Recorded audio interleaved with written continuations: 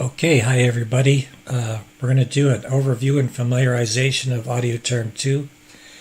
I'm not an expert. I've been using it for about a month off and on, and my approach to the video is as though I was talking to my former version of myself about 1 month ago and I didn't know anything.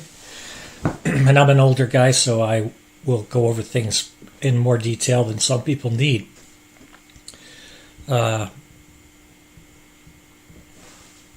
Before I go into this, I'm just going to show you the grandfather of Audioterm right here.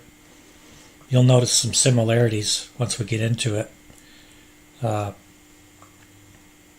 PPG waveterm. Okay. Let's just go over the screen. Up here, this is the main menu, okay? And if I'm ever working with the program and I start to get lost and I don't know exactly where I am in the hierarchy because the buttons are a little bit cryptic, you can start to go in here and then I can go down deeper and deeper and I don't know where I am and how to get out, but it will always tell me up here where I am. This is the name and this is a description of it. Not a description, it's just a screen number, whatever you want to call it. They're always unique. And then there's a plain English one here. Alright, this information on the left side is not changeable, it just tells me about my system. Local time. Sound device. This is changeable, and we'll discuss that in a moment. Screen size. That's changed with the resize button. There are two selections. Non-resizable window and full screen. Excuse me. And I'm going to skip this area for a moment. We've got 4 methods of synthesis, and actually they correlate with these 4. But I wanted to talk a little bit about the buttons generally. As you notice, they were designed to look like the ones on the waveterm. Although they're not the same, they look the same.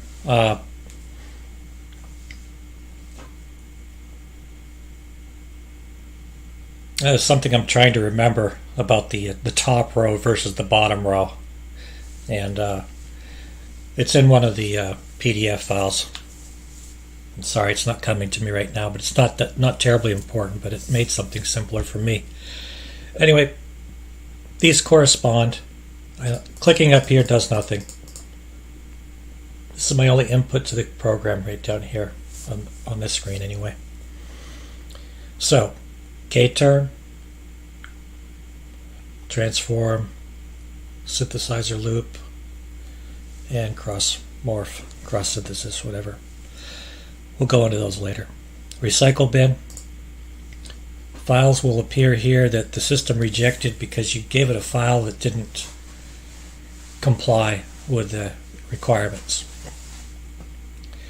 Now I want to get out of this menu. I'm in recycle bin, and menu does it. Oftentimes it's a highlighted button that will get you back up one level. Sometimes it's over here at its system. I'm sorry if that's confusing, but you'll find that out as you go. Utility button. Here I've got a number of selections, and again up here this is not a user interface, this is just indications.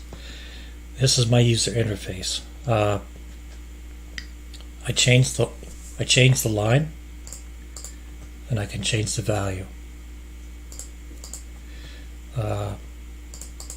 Screen colors, screen backlighting, a screen saver,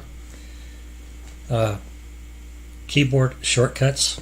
I have not tried that. You will notice here there's some embedded help in the system, which is very helpful. I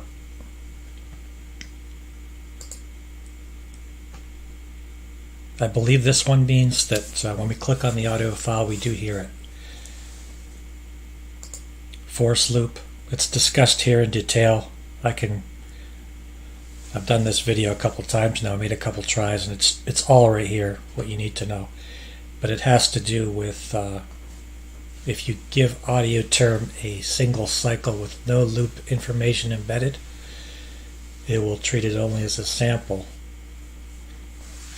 unless I turn force loop for single cycle on, like that. And again, it's discussed in here. Look for updates on boot. Wave out device. This is where we change sound device. Those should be the same words in my opinion, but that's okay. And we can change what device we want it to play out on. I'm not going to go into paths just yet. But we do have, suffice it to say, we have the ability to make Audioterm point to different directories, which is one method you can use if you want to access large numbers of folders of files that you have, which may be a solution for some people. Right at the moment, I've been manually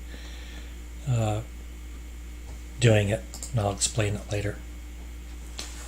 All right, introduction and overview is basically complete.